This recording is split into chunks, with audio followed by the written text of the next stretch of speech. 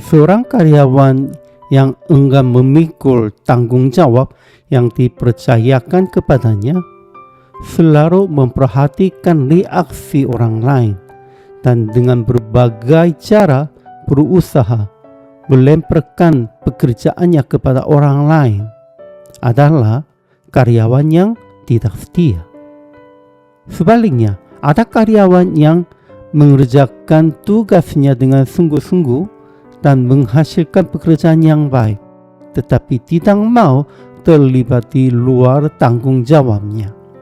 Ia adalah pekerja yang setia, namun membatasi dengan tegas urusan pribadi dan urusan pekerjaannya. Ada pula karyawan yang bukan hanya setia menjalankan tugas yang dipercayakan kepadanya, tetapi juga lelah membantu rekan-rekannya dan berkorban demi kemajuan perusahaan. Orang seperti inilah yang dapat disebut sebagai pekerja yang luar biasa. Ironinya, justru terhadap orang seperti ini sering timbul rasa iri dan permusuhan dari rekan-rekannya. Jika gambaran ini dipandangkan dengan ajaran Yesus, kita dapat melihat perbedaan antara gembala upahan, gembala yang sekadar menjalankan kewajiban, dan gembala yang baik yang mengasihi domba-dombanya. Yesus berkata bahwa orang yang masuk ke kandang domba melalui pintu adalah gembala, sedangkan orang yang masuk melalui jalan lain adalah pencuri dan perampok. Domba-domba mengenai suara gembalanya dan mengikutinya, tetapi mereka tidak mengenai suara orang asing dan akan lari daripadanya.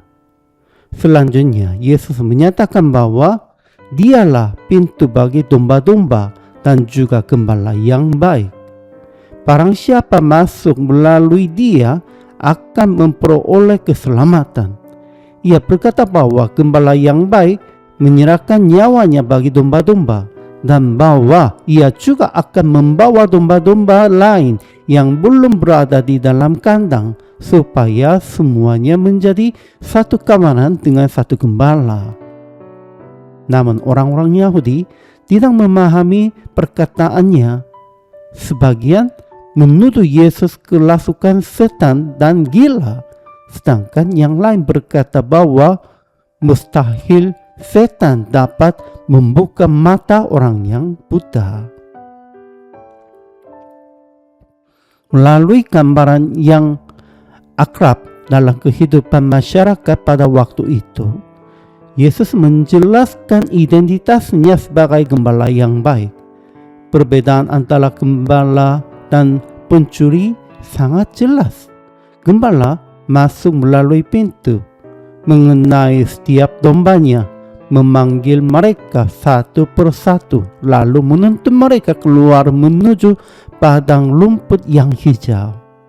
Sebaliknya, pencuri memanjat pagar untuk mencuri, membinasakan, dan menghancurkan kawanan itu. Yang paling membedakan gembala yang baik adalah kesediaannya untuk menyerahkan nyawanya bagi domba-domba. Dalam ayat 11, 15, dan 17, Yesus berulang kali menegaskan hal ini. Melalui kematiannya di kayu salib, Ia menggenapi perkataan itu dan menjadi gembala yang baik yang menyerahkan hidupnya demi keselamatan umat manusia. Yesus yang sebelumnya mengajarkan tentang jalan yang sempit menuju keselamatan, kini menyatakan bahwa Dialah pintu bagi domba-domba. Walaupun pintu itu tampak sederhana dan sempit, siapapun yang masuk melaluinya akan memperoleh perlindungan yang aman di dalam kandang dan dipimpin menuju padang rumput yang penuh dengan makanan dan air kehidupan.